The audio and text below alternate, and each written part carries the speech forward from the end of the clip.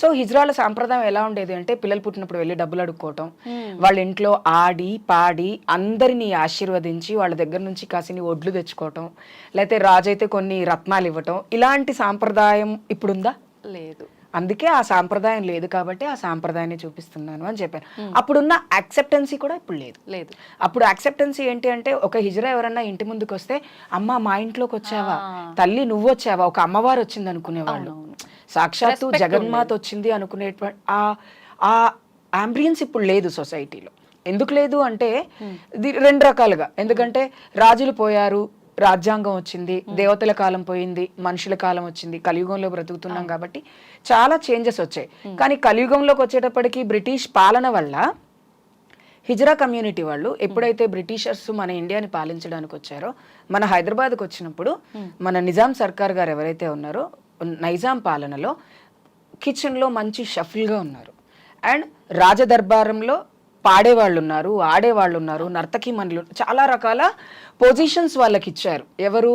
మొఘల్ పీరియడ్లో ఉన్నటువంటి మొఘల్ కింగ్స్ వాళ్ళు ఇచ్చినప్పుడు ఒక ఆడ మగ కాని ఒక ట్రాన్స్జెండర్కి ఇంత పెద్దపీట ఎందుకు వీళ్ళు వేశారు అని చెప్పి అక్కడి నుంచి డిస్క్రిమినేషన్ స్టార్ట్ అయింది మనకి ఇండియాలో. డిస్క్రిమినేషన్ స్టార్ట్ అయ్యి దీంట్లో అన్ని రకాలుగా రాజులు వాడుకున్నారు ట్రాన్స్ విమెన్స్ని, హిజ్రా కల్చర్ని. దీవించే వాళ్ళు ఉండేవాళ్ళు, నాట్యం చేసేవాళ్ళు ఉండేవారు, పడక సుఖాన్ని అందించే వాళ్ళు ఉన్నారు ఆ కాలంలో, కిచెన్లో మంచి మంచి వంటలు చేసేవాళ్ళు ఉన్నారు. అంటే ప్రతి వృత్తి ప్రవృత్తిలోనూ ఉన్నారు, అన్ని వృత్తుల్లోనూ ట్రాన్స్ మహిళలు అప్పట్లో ఉన్నారు. అంటే ఇన్ని వృత్తుల్లో వీళ్ళు ఉన్నారు అని వెరీ పవర్ఫుల్ అండ్ వెరీ స్ట్రాంగ్గా ఉన్నారనమాట. ఆడవాళ్ళు కొన్ని ఉద్యోగాలు చేయగలరు, కొన్ని ఉద్యోగాలు చేయలేరు. మగవాళ్ళు కొన్ని చోట్లకి రాగలరు, కొన్ని చోట్లకి రాలేరు. ఈ హిజ్రా కమ్యూనిటీ వాళ్ళు అలా కాదు, అవలీలగా అన్నిటినీ మెయింటైన్ చేయగలరు. బికాస్ రెండు షేడ్స్ ఉన్నటువంటి లైఫ్ కాబట్టి. సో ఎప్పుడైతే బ్రిటిషర్స్ మన ఇండియాకి వచ్చి మనని ఆధీనంలో తీసుకున్నారో అప్పటి నుంచి ఈ దరిద్రం అనేది మొదలయ్యింది. అంతకుముందు చాలా బాగున్నారు. రాజ ప్రాసారంలో పనిచేసిన వాళ్ళు ఉన్నారు హిజ్రా కమ్యూనిటీ వాళ్ళు. మోహిని అని కాకతీయుల కాలంలో పనిచేశారు. మోహిని అని ఒక ట్రాన్స్ విమెన్. మల్లిక్ కఫూర్ కూడా ఆ పీరియడ్ లోనే పనిచేశారు. అండ్ మనం ఇక్కడ చూసుకుంటే ముంతాజ్ అనే కొంతమంది ఉన్నారు, చమేలి అని కొంతమంది ట్రాన్స్ విమెన్స్. అంటే హిస్టరీ చదివితే ఎప్పుడైతే మనం కూర్చొని మొఘల్ పీరియడ్స్లో ఉన్న హిస్టరీని చదువుతామో ది బెస్ట్ తవాయబ్స్ ఉన్నారు, ది బెస్ట్ ముజ్రా డాన్స్ చేసే వాళ్ళు ఉన్నారు, ది బెస్ట్ షెఫ్స్ కూడా ఉన్నారు. అంటే మంచి కల్చర్లో నుంచే సడన్గా ఇలా అయిపోయిందనమాట ట్రాన్స్ లైఫ్. ఓకే, అలా అంటే ఒక మహిళకి ఒక మగ మనిషికి మించి వీళ్ళు కష్టపడుతున్నారు, మించిన గౌరవం వీళ్ళకి దక్కుతుంది అనే ఒక దాని వల్లనే ఇలా మారిందంటారా? అంటే ట్రాన్స్ జెండర్స్ వాళ్ళు చేసే కొన్ని పనుల వల్ల మార్పు జరిగింది, అది కరెక్ట్ కాదు? ఆడవాళ్ళు తప్పులు చేస్తున్నారు, మగవాళ్ళు తప్పులు చేస్తున్నారు, హిజ్రాలు ట్రాన్స్ మహిళలు తప్పు చేయని మనిషి ఎవరైనా ఉన్నారు భూమి మీద అంటే నేను అసలు ఎవరూ లేరు అని చెప్పి అందరూ తప్పు, ఏదో ఒక తెలియని తప్పు చేస్తారు. ఈ తప్పు ముసుగులో ఏం జరుగుతుందంటే ఎస్పెషల్గా హిజ్రాల గురించి ట్రాన్స్ మహిళల గురించి మాట్లాడుకుంటే వీళ్ళు సెక్స్ వర్క్ చేస్తారు. భూమి మీద కేవలం ట్రాన్స్ మహిళలు మాత్రమే సెక్స్ చేస్తున్నారా? మహిళలు చేయట్లేదా? పురుషులు చేయట్లేదా? అన్ని జెండర్స్ చేస్తున్నారు. ఆ కాలంలోనూ ఏ కాలంలోనూ ప్రతి యుగంలోనూ ఇది ఉంది. ఈ పడుపు వృత్తి అనేది సమాజంలో అన్ని రకాలుగా ఉంది. స్త్రీ మోహించిన పురుషుడు ఆ స్త్రీ దగ్గరికి రాకపోతే ఆ పురుషుని దండించిన స్త్రీలను కూడా మనం చూసాం.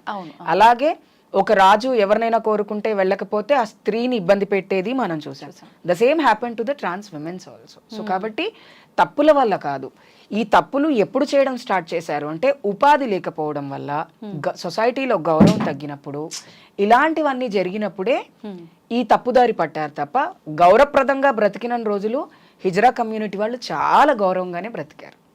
ఎప్పుడైతే గౌరవం మాట పక్కన పెట్టండి, లైవ్లీవుడ్ అనేది లేదు, బ్రతుకు తెరువు లేనప్పుడే కదా మనం తప్పుదారి పడతాం. ఆ తప్పుదారిలో కూడా మా వాళ్ళు రెండే తప్పుదారులు, అది తప్పు అని కూడా నేను అనను. వృత్తి బ్రతకాలి అంటే తల్లిదండ్రులు వదిలేస్తారు, బయటకు వచ్చి వెనక్కి తిరిగి చూసుకుంటే ఎవరు ఉండరు, అడుక్కునైనా బ్రతకాలి లేకపోతే పడుకునైనా బ్రతకాలి. ఈ రెండు తప్ప ఉద్యోగం ఇవ్వడానికి ఎవరు ముందుకు రారు, ఉద్యోగం ఎవ్వరు ఇవ్వరు. Due to the discrimination which was created by the other people who are not Hindus, who are not citizens of India. వేరే ఏదో దేశం వాళ్ళు వచ్చి మన దేశం మీద దండయాత్ర చేసినప్పుడు నాటినటువంటి విషపు బీజాల వల్లే ఇలా ఉన్నాం తప్ప, లేకపోతే చాలా మంచి పొజిషన్లో ఉన్నారు హిజ్రాలు. మీరు నమ్ముతారా నమ్మరో, హిజ్రా కమ్యూనిటీలో డోలకు వాయిస్తారు. సాంప్రదాయం అది.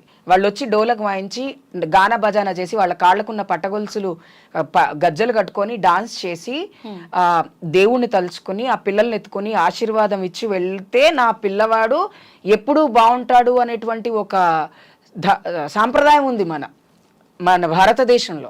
ఓకే, దానివల్లే కదా వాళ్ళు అంత గౌరవంగా బ్రతికారు. వాళ్ళు అడుక్కోవడానికి వెళ్ళలేదు. మా బాబు పుట్టాడు రండి, మా కూతురు కడుపుతోటి ఉంది రండి, ఆశీర్వాదం, మేము కొత్తిల్లు కట్టుకుంటున్నాం మీరు రండి, మేము పొలాల్లో నాట్లేస్తున్నాం ముందొచ్చి మీరు వేచెళ్ళండి, లేకపోతే కాసిని ఒడ్లు మీ చేతులతో ఇవ్వండి. ఇవన్నీ ఎందుకోసం చేస్తున్నాం? సొసైటీలో ఉన్న వాళ్ళందరూ బాగుండాలనే కదా. ఇప్పుడు మా ఆశీర్వాదం వల్ల మీరు బాగుంటారు అంటే మీరు బాగుండాలనే కోరుకుంటాం. మీరు మా ఆశీర్వాదం వల్ల మీరు ఇంకా బాగుంటారు అనుకుంటే అందుకే ఆశీర్వాదం అనేది ఇస్తున్నాం. లేకపోతే ఆశీర్వాదం ఇవ్వకపోతే మీరు డబ్బులు ఎలా ఇస్తారు? రోడ్డు మీద పోయేవాళ్ళు అందరూ ఆశీర్వదిస్తే అందరికీ డబ్బులు ఇస్తారా? ఇవ్వరు. ఓన్లీ హిజ్రాలో ఉన్నటువంటి హిజ్రా కమ్యూనిటీలో ఉన్నటువంటి హిజ్రాలు ఆశీర్వదిస్తేనే మీరు డబ్బులు తీసిస్తారు. ఆడవాళ్ళు ఆశీర్వదిస్తే డబ్బులు ఇస్తారా? లేదు. అట్లా ఈవెందుకు మనకు ఆశీర్వదిస్తుంది అనుకుంటారు. ఈ ఆశీర్వాదానికి ఉన్న గొప్పతనం అది. శ్రీరామచంద్రుడు అరణ్యవాసానికి వెళ్ళేటప్పుడు త్రేతాయుగంలో ఆయన యమునా నది తీరాన పశుపక్షాదులారా, అమ్మలారా, అయ్యలారా అంటే సకల జీవరాశులని ఆయన వెళ్ళిపోమని చెప్పాడు.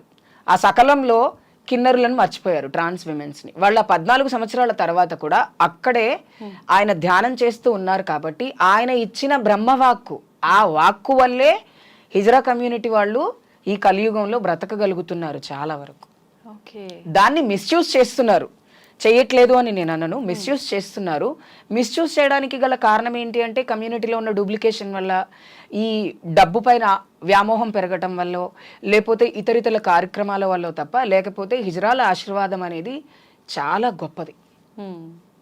అంత గొప్ప స్థానం వాళ్ళకు ఉన్నప్పుడు ఇప్పుడు ప్రస్తుత కాలంలో చూసుకుంటే మీరు అన్నారు ఉపాధి కోసం అడుక్కోవడం తప్పులేదు, వాళ్ళు ఎంచుకోవాల్సిన మార్గాలు రెండే. అడగొచ్చు తప్పులేదు, కానీ డిమాండ్ చేయటము, గొడవలు చేయటము, వస్త్రాలు ఇప్పేస్తాము అని చెప్పి ఆడవాళ్ళ ముందు అట్లా ఇబ్బందులు పెట్టి ఇలాంటివి చాలా చేస్తున్నాం కదా. వాటన్నిటి గురించి అంటే దీంట్లో నేను ఒక మెయిన్ రీజన్ చెప్తున్నాను. Hyderabad is a seasonal fruit.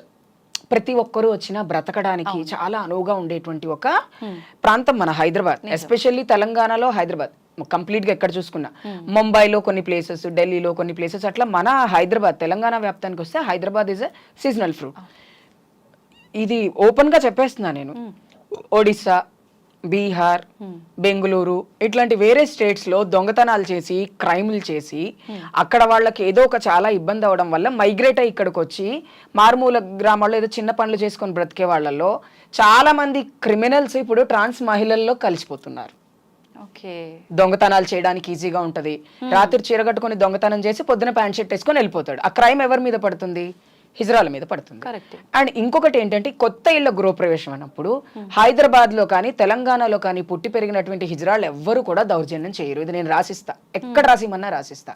వేరే రాష్ట్రాల నుంచి దిగుమతి అవుతారు చూసారా హిజ్రాలు, వాళ్ళు ఏం చేస్తారంటే ఈ 2 నెలలు సంపాదించుకోవాలి డబ్బులు, బట్టలు ఇప్పే సంపాదించుకోండి, ఎట్లయినా సంపాదించుకోండి అంటే మీరు సంపాదించుకోవడానికి ఇక్కడికి వచ్చినప్పుడు మీరంటూ ఒక గురువుని ఎంచుకుంటారు. ఈ హైదరాబాద్ లో వాళ్ళకి కాస్త డబ్బులు ఇస్తేనే వాళ్ళు మిమ్మల్ని ఇక్కడ అడుక్కొని ఇస్తారు. వీళ్ళకి డబ్బులు ఇవ్వాలి, మిగతా డబ్బులతో మేము మళ్ళీ మా ఊరు వెళ్ళి మేము బ్రతకాలి. కాబట్టి ఈ ఎవరైతే మైగ్రెంట్ హిజ్రాలు ఉన్నారో, ఎవరైతే వలస వచ్చే వాళ్ళు ఉన్నారో వాళ్ళు మాత్రమే ఈ దాందినీలకు పాల్పడతారు, ఈ బట్టలు విప్పడానికి పాల్పడతారు, ఇవన్నీ చేస్తారు. నేను చాలా సార్లు నా కళ్ళతో చూసా. నేను ఇంట్లోంచి బయటకు వచ్చేలోపు బట్టలు విప్పినా కూడా నేను అదే అంట, బట్టలు విప్పి అడుక్కునే సాంప్రదాయం మీకు ఎవరిచ్చారు? ఎక్కడి నుంచి వచ్చింది? ఇది కేవలం డబ్బు కోసము మాత్రమే కొంతమంది చేసే పని, అందరూ అయితే చేయరు. నేను మళ్ళీ చెప్తున్నా, పెద్దవాళ్ళు ఎవరైతే ఉన్నారో, సీనియర్స్ ఎవరైతే ఉన్నారో వాళ్ళు అస్సలు చేయరండి. ఎవరు చేస్తారు అంటే ఈ వేరే రాష్ట్రాల నుంచి దిగుమతి ఇక్కడే వాళ్ళు ఉండరు. ఈ రోజు అడుక్కుంటారు, 4 రోజులు అడుక్కుంటారు, మళ్ళీ వాళ్ళ ఊరు వెళ్ళిపోతారు. ఇప్పుడు ఒక కంప్లైంట్ ఇచ్చితే సీసీ ఫోటేజ్ తీసి ఒక వారం 15 రోజులకు కానీ అది ఎఫ్ఐఆర్ అవ్వదు. అప్పుడు ఎవరిని పట్టుకుంటారు? వచ్చి లోకల్గా ఉన్న మాలాంటి వాళ్ళని పట్టుకొని వాళ్ళని చూపించండి అంటారు. సో బట్టలు విప్పడం తప్పు, చప్పట్లు కొట్టడం తప్పు, ఎక్స్టార్షన్ చేయడం ఇంకా చాలా పెద్ద తప్పు. ప్రేమగా ఎంత ఇస్తే అంత ఎందుకు తీసుకోవట్లేదు అంటే వీళ్ళందరికీ కొంతమంది లీడర్స్ ఉంటారు కదా, నువ్వు ఈ రోజు ఇంత అడుక్కుంటే నాకు ఇంత ఇవ్వాలి, సంవత్సరానికి నువ్వు నాకు ఇంత ఇవ్వాలి, నెలకి నువ్వు నాకు ఇంత ఇవ్వాలి, డిమాండ్ చేస్తారు. ఈ డిమాండ్ వల్ల ఈ హిజ్రా మాఫియాలో మనీ లెండింగ్ అనేది ఎక్కువ అవుతుంది. హిజ్రా మాఫియాలో ఎవరైతే కొంతమంది హిజ్రాలు ఉన్నారో వాళ్ళు కేవలం డబ్బు కోసమే వేరే రాష్ట్రాల నుంచి ఊర్ల నుంచి హిజ్రాలను తీసుకొని వచ్చి ఇక్కడ ఎగదోసి వాళ్ళందరినీ వాళ్ళు ఇచ్చిన డబ్బులతో వీళ్ళు బాగుంటారు. ఇప్పుడు మన తెలంగాణలో ఎవరినన్నా అడగండి హిజ్రాల గురించి ఎవరు మంచి పేరు చెప్పరు. ఎందుకు చెప్పరు అంటే ఇట్లాంటి వాళ్ళ వల్లే. వాళ్ళకి నేను ఎన్నోసార్లు చెప్పాము, పోలీసులు ఎన్నోసార్లు కౌన్సిలింగ్ ఇస్తున్నారు. అందుకని ఈసారి ఎవరైనా ఇలా బట్టలు విప్పి అలా అడిగితే వాళ్ళకి ఖచ్చితంగా రిమాండ్ చేయండి. అప్పుడు కాస్త ఇప్పుడు ఒక అబ్బాయి తప్పు చేస్తే చట్టపరమైనటువంటి లీగల్ యాక్షన్ తీసుకుంటాం, ఒక అమ్మాయి తప్పు చేస్తే లీగల్ యాక్షన్ తీసుకుంటాం, ట్రాన్స్జెండర్స్ చేసినా లీగల్ గా ప్రొసీడ్ అవ్వండి ప్రతి ఒక్కరు. అంతే. వాళ్ళకి ప్రత్యేక చట్టాలు ఉన్నాయా? ప్రత్యేక చట్టాలు ఏమున్నాయి, శిక్షించడానికి ప్రత్యేక చట్టాలు అయితే ఏమీ లేవు అందరిలాగే. మీ విషయానికి వస్తే ప్రత్యేకించి ఎక్కువ ఫైట్ చేయడానికి ముందుంటారు. కొన్ని వేల మందికి, దాదాపు 40,000 మందికి సపోర్ట్ చేశారని చెప్పి చూస్తున్నాం మేము. ఎందుకని అంటే ఆ తపన ఎందుకు వచ్చింది? తపన ఎందుకు వచ్చింది అంటే నా జర్నీ 2009లో స్టార్ట్ చేశాను. 2011లో ఉద్యోగం చేస్తూ బ్రతకకుండా ఇంత చదువుకున్నా నేను ఎందుకు ఉద్యోగం చేయకూడదని I started working in Alliance India. It's a national NGO as a trans women representative of ఆంధ్రప్రదేశ్గా ఫస్ట్ జాయిన్ అయ్యాను.